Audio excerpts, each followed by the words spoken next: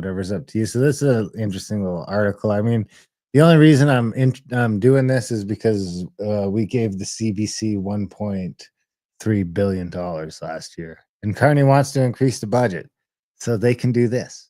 This is what they're doing. And then, I mean, you start this off and you assume that they're counting, because here's for people listening: liberals and conservatives said their rallies drew thousands. We decided to count.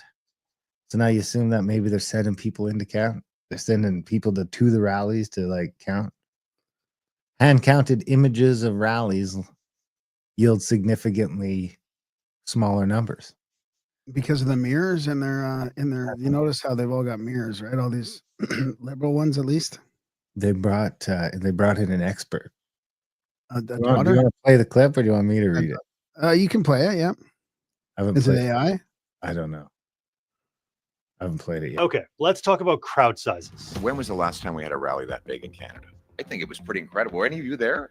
It's magic, eh? Wow. People are saying crowd numbers for the conservatives and the liberals just aren't. These crowds mean the polls are fake. We do not believe the polls. So what's the truth? Are the liberals and conservatives inflating their crowd sizes? Well, we tried to find out. We collected videos and photos from these rallies and counted by hand how many people were there. And we were pretty shocked by the results. Both parties got their numbers wrong in a big way. A lot of people are claiming there were 15,000 people at the event. It's not possible. The big count. Here's conservative tax dollars at work. Rally just outside Edmonton on April 7th. This has got to be the biggest political gathering of the 21st century. People are calling it the biggest rally in the history of Canada. And Poilievre and his supporters say 15,000 people are at this event. For some perspective, here's what 15,000 people look like at a Winnipeg Jets home game. And wouldn't that be more like 20,000? This is the clearest picture showing most of the crowd at that rally. No, so we divided the entire space into grids, counting. Come on, Winnipeg, and putting them into a spreadsheet. We counted 1,558, not 15,000. The Winnipeg one, I think, is. So we're at 126. I just want to go back to this one picture.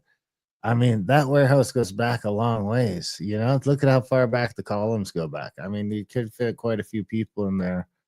But let's see what they have to say. 58, not 15,000. We didn't believe it, so we kept digging.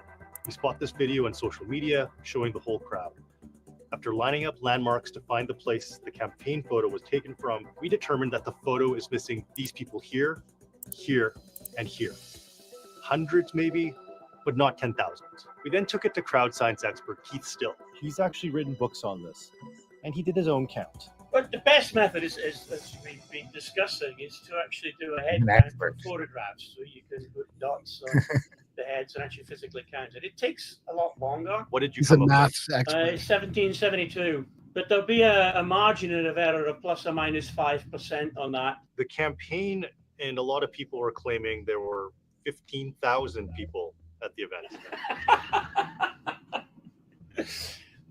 15,000, so that's 10 times more than we actually physically counted. It's not possible. We show the conservatives our findings, and they say our supposed crowd scientists are very clearly mistaken. But they add that the party counts RSVPs as well as people entering the building. When we ask for more details, they just share us a post from a reporter who quoted the RCMP's numbers, which said 9 to 12,000. But when we asked the RCMP how they... I mean, imagine how deep they went. got their numbers. You have to fucking try and deconstruct that's journalism we can ask for in Canada. I mean, because wasn't there people not allowed in because it's so crowded? I mean, look at how packed the place is. Okay, obviously they packed the place, and they could have been in a bigger place probably because you didn't have just that amount of people fitting in exactly. I mean, it's just unbelievable. They have to go through this. So did they do the? I thought they deconstructed the liberal one too, with the rooms with all the mirrors in it. That one. Now let's take a look at a rally with Liberal leader Mark Carney. At this event in Richmond, BC, the Carney campaign says there are 2,000 people here. Again, we want to make sure we're seeing the whole room. We spot this video on social media. This person here at the back of the room in the video is right here in the campaign photo. So we're confident we're seeing nearly everyone. And once again, we manually counted. Our count, Mirrors in the back. 756. What did you get for those? Well, for the Richmond event, we had between 748 and 766. Two of us were counting independently on it, and again, plus or minus 5%, well within the margin of errors for that. So yeah, about 750, 760 people there. Liberal campaign tells us it tracks attendees and are maxing out capacity for their events. But check this out. The hotel lists its capacity for the room online, and it maxes out at 1,100. So it can't be 2,000, as the Liberals claim. By the way, these weren't one-offs. We also looked at a Conservative rally in Surrey, BC on March 27th. Polio says there were 5,500 people there. Our total, 1,522. Now, check out these floor plans. We can't see the corners or the people in the mezzanine, so we can add a few dozen more. And this Carney rally on April 4th in Scarborough, Ontario, the campaign says it had 1,800 people. Our count, 710. You helped us with 4 events, 2 from each party. What do you make of the fact that they're vastly different? Yes, I think it might be a truism. Everybody wants their crowd to be larger than the next. God, okay, I've had enough. Who's got the I've had enough. It's unbelievable. What's important for crowd size is very. Thanks, expert. I mean, this is why we don't trust the experts. Yeah. How about the polling? How about the people that are paid to poll and how they pick those people for each poll? Why don't you do an investigation on that?